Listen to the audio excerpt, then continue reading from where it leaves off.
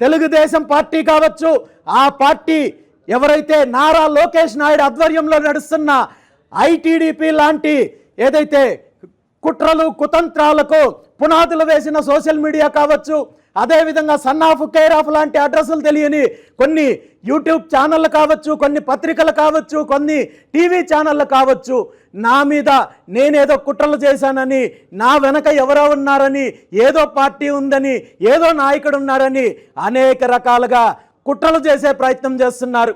ఇది ఈరోజు తెలుగుదేశం పార్టీకి కానీ నారా చంద్రబాబు నాయుడు గారికి కానీ ఇలాంటి కుట్రలు చేయడం కొత్త కాదు.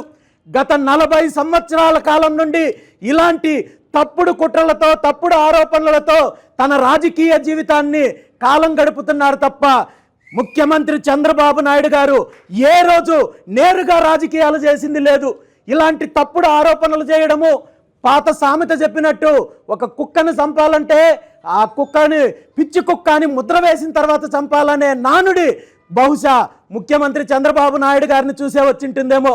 ఆనాడు ఎన్టీ రామారావు గారిని పదవీచ్యుతుని చేయడం దగ్గర నుండి ఈనాడు తనిచ్చిన హామీలను పక్కదారి పట్టించి తప్పుడు ప్రచారం చేయడం వరకు ముఖ్యమంత్రి చంద్రబాబు నాయుడు గారికి ఇలాంటి తప్పుడు ప్రచారాలకు రాష్ట్రంలో కాదు దేశంలోనే పేటెంట్ రైట్ ఉన్న ఒకే ఒక్క నాయకుడు ముఖ్యమంత్రి చంద్రబాబు నాయుడు గారు.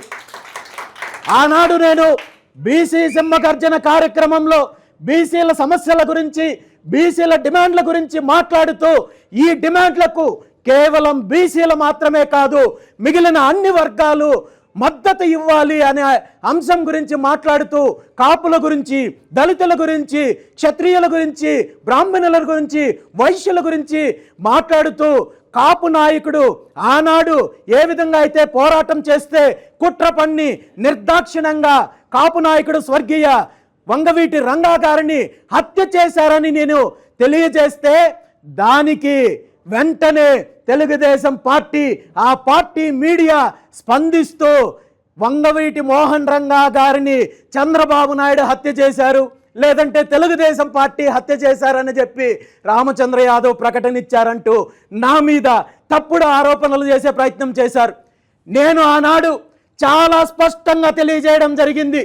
బహుజనుల కోసం, అన్ని వర్గాలను ఏకం చేయడం కోసం ఆనాడు వంగవీటి రంగా గారు పోరాటం చేస్తే కుట్ర పన్ని కొన్ని పార్టీలు, కొంతమంది నాయకులు ఆయన్ని హత్య చేశారంటే ఆ పార్టీ మాదే, ఆ నాయకుడు మావాడే అంటూ తెలుగుదేశం పార్టీ గగ్గోలు పెట్టుకుంటూ ఈరోజు అనేక రకాలుగా నా మీద ఆరోపణలు చేస్తున్నారంటే మీకు మీరే సర్టిఫై చేస్తున్నారు. వంగవీటి మోహన్ రంగా గారిని చంపింది తెలుగుదేశం పార్టీ, చంపింది చంద్రబాబు నాయుడు అనే విషయాన్ని నేను చెప్పడం కాదు, తెలుగుదేశం పార్టీ చెప్తున్నారు. ఆనాటి నుండి ఈనాటి వరకు ఎవరైతే తెలుగుదేశం పార్టీకి ఎదురు తిరుగుతారో, ఎవరైతే రాష్ట్రంలో ప్రత్యామ్నాయ రాజకీయం కోసము వీళ్ళ యొక్క దోపిడీని ఎదిరించడం కోసం ముందుకొస్తారో, ఏదో విధంగా కుట్రలు పన్నుతున్నారు, కుతంత్రాలు పన్నుతున్నారు అనే విషయానికి ప్రత్యక్ష ఉదాహరణ అని ఈ సందర్భంగా తెలియజేస్తున్నాను. అదేవిధంగా బీసీలకు సంబంధించిన 5 ప్రధాన డిమాండ్ల గురించి మాట్లాడుతూ ఈ డిమాండ్లను నెరవేర్చాల్సిన బాధ్యత ముఖ్యమంత్రి చంద్రబాబు నాయుడు గారికి ఉందని చెప్పి నేను మాట్లాడితే ఈ డిమాండ్ల వెనక లేదా నా పోరాటం వెనక మరో పార్టీ ఉంది. ఎవరైతే మాజీ ముఖ్యమంత్రి వైఎస్ జగన్మోహన్ రెడ్డి గారు ఉన్నారు, లేదంటే వైఎస్ఆర్ కాంగ్రెస్ పార్టీ ఉంది అంటూ నీతి మాలిన మాటలు, సిగ్గులేని మాటలు ఈరోజు తెలుగుదేశం పార్టీ చేస్తుందంటే ఇంతకంటే దిగజారుడు తనము మీకు లేదు అనే విషయాన్ని ఈ సందర్భంగా తెలియజేస్తున్నాను. బీసీలకు సంబంధించిన 5 ప్రధాన డిమాండ్లు ఏవైతే ఉన్నాయో, బీసీలకు రక్షణ చట్టం కల్పించాలి అనే డిమాండ్ మొదటిది. మరి బీసీలకు రక్షణ చట్టం కల్పించాల్సింది ప్రస్తుతం అధికారంలో ఉన్న ముఖ్యమంత్రి చంద్రబాబు నాయుడు గారా, లేదంటే ప్రతిపక్ష హోదా కూడా లేని పులివెందుల ఎమ్మెల్యే జగన్మోహన్ రెడ్డి గారా? నేను ఎవరిని ప్రశ్నించాలి?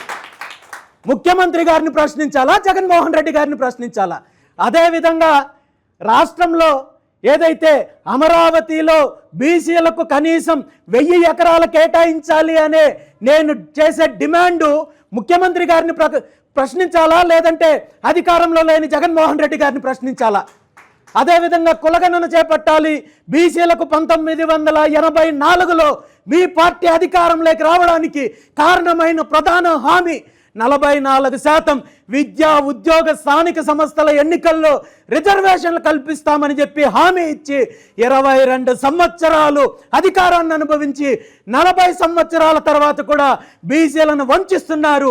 ఇప్పుడు మీరు అధికారంలో ఉన్నారు కాబట్టి వెంటనే సమగ్ర కులగణన చేపట్టండి, బీసీలకు మీరిచ్చిన 44% హామీని నెరవేర్చండి, అదేవిధంగా బీసీ కార్పొరేషన్లకు నిధులు కేటాయించండి అని చెప్పి అధికారంలో ఉన్న ముఖ్యమంత్రి చంద్రబాబు నాయుడు గారిని ప్రశ్నించాలా, లేదా 11 మంది ఎమ్మెల్యేలున్న మీరు చెప్తున్నట్టు కనీసం ప్రతిపక్ష హోదా లేని పులివెందుల ఎమ్మెల్యే జగన్మోహన్ రెడ్డిని ప్రశ్నించాలా అని చెప్పి ఈ సందర్భంగా నేను తెలుగుదేశం పార్టీని, ముఖ్యమంత్రి చంద్రబాబు నాయుడు గారిని ప్రశ్నిస్తున్నాను.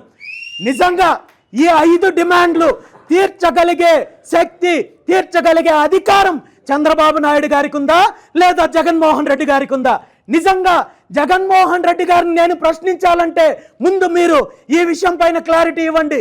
ఈ 5 డిమాండ్లు జగన్మోహన్ రెడ్డి తీర్చగలడు అనుకుంటే ఆ విషయాన్ని మీరు స్పష్టం చేయండి. అప్పుడు నేను జగన్మోహన్ రెడ్డితో పోరాటం చేస్తాను. అంతే తప్ప అధికారంలో ఉంటూ మీరు ఈ విధంగా తప్పుడు ఆరోపణలు, కుట్ర రాజకీయాలు చేస్తే నమ్మే పరిస్థితుల్లో బీసీ వర్గాలు, బహుజనులు, బీసీ ఎస్టీ మైనారిటీలు, కాపులు ఈరోజు మీ కుట్రలకు బలయ్యే పరిస్థితి లేదు. చైతన్యం వచ్చింది, మార్పు దిశగా ముందుకెళ్తున్నామనే విషయాన్ని గుర్తించాల్సిన అవసరం ఉంది. అదేవిధంగా ఈరోజు నా గురించి మరో రకంగా ఆరోపణలు చేస్తూ నేను ఏదో వైఎస్ఆర్ కాంగ్రెస్ పార్టీతోటో ఆ పార్టీ నాయకులతోటో కలిసిపోయానని చెప్పి ఈరోజు ఆరోపణలు చేస్తున్న మీరు గత 20 నెలల కాలంలో పూర్తి స్థాయిలో గత 5 సంవత్సరాల్లో జరిగిన అవినీతిలో భాగస్వామ్యం కోసం వెంపర్లాడుతున్నది మీరు, మీ నాయకులు. అదేవిధంగా భూ కేటాయింపుల్లో కావచ్చు, గనుల కేటాయింపుల్లో కావచ్చు, ఇసుక దందాల్లో కావచ్చు, అక్రమ మైనింగ్లో కావచ్చు, ఎర్రచందనం స్మగ్లింగ్లో కావచ్చు, వీటన్నింటిలో కూడా భాగస్వామ్యం పెట్టుకొని గత ప్రభుత్వంలో ఉన్న ఏ ఒక్క దోపిడీ పైన చర్యలు తీసుకోకుండా, ఏ ఒక్క నాయకుడి పైన చర్యలు తీసుకోకుండా డ్రామాలు ఆడుతూ, కుట్ర రాజకీయాలు చేస్తూ, నీచ రాజకీయాలు చేస్తూ, మాఫియా రాజకీయాలకు తెరతీసి ఈరోజు ఉంటే నువ్వు ఉండాలి, ఇదే లేదా నేను ఉండాలన్నట్టు ఊర్లు దొంగలు పంచుకున్నట్టు పంచుకొని మీరు ఏ ఒక్కరూ ప్రత్యామ్నాయంగా రాకూడదు, ఈ రాష్ట్రంలో ప్రత్యామ్నాయ శక్తి ముందుకు రాకూడదని చెప్పి కుట్రలు చేస్తూ నా మీద ఆరోపణలు చేస్తే దీనికి నేను వణుకుతానో బెనుకుతానో అనుకుంటే అది మీ మూర్ఖత్వం తప్ప మరొకటి కాదు అనే విషయాన్ని ఈ సందర్భంగా తెలియజేస్తూ, మీరు ఎన్ని కుట్రలు చేసినా, ఎన్ని కుతంత్రాలు చేసినా, ఎన్ని ఆరోపణలు చేసినా ఖచ్చితంగా ఈ రాష్ట్రంలో అన్ని వర్గాలను ఏకం చేసి భవిష్యత్తులో వచ్చే ఎన్నికల నాటికి బీసీవై పార్టీని పూర్తి స్థాయిలో బలోపేతం చేసి అధికారం దిశగా ముందుకెళ్తాం తప్ప మీ ఉడత బెదిరింపులకు బెదిరే ప్రశ్నే లేదని చెప్పి ఈ సందర్భంగా తెలియజేస్తూ, నిజంగా మీకు దమ్ముంటే మీరు చేస్తున్న ఆరోపణలు మీరు నిరూపించాలనుకుంటే ముఖ్యమంత్రి గారు కానీ, మీ కుమారుడు నారా లోకేష్ గారు కానీ కాణిపాక పుణ్యక్షేత్రానికి మీరు రండి. ఆ కాణిపాక వరసిద్ధి వినాయకుడి సన్నిధిలో నేను ప్రమాణం చేయడానికి సిద్ధంగా ఉన్నాను. మీరిద్దరు దొంగలు, మీ ఇద్దరికి ఇంటర్నల్ సంబంధాలు ఉన్నాయి, వ్యాపార సంబంధాలు ఉన్నాయి, అవినీతి సంబంధాలు ఉన్నాయని చెప్పి నేను నిరూపిస్తా. కాదని చెప్పి నిరూపించే దమ్ము, ప్రమాణం చేసే దమ్ము మీకుందా అనేది ఈరోజు ప్రశ్నిస్తున్నాను. ఖచ్చితంగా ఈరోజు ఒక్కటే చెప్తున్నాను, మీరు ఎన్ని కుట్రలు చేసినా, కుతంత్రాలు చేసినా నా ప్రయాణంలో మార్పు ఉండదు. నేను ఏదైతే సిద్ధాంతం ఉందో, ఏ లక్ష్యం కోసం అయితే ప్రయాణం చేస్తున్నానో దానికోసము ఈ రాష్ట్రంలో ఉన్న అన్ని వర్గాల ప్రజలతో కలుపుకొని ముందుకెళ్ళే పోరాటం చేస్తాను.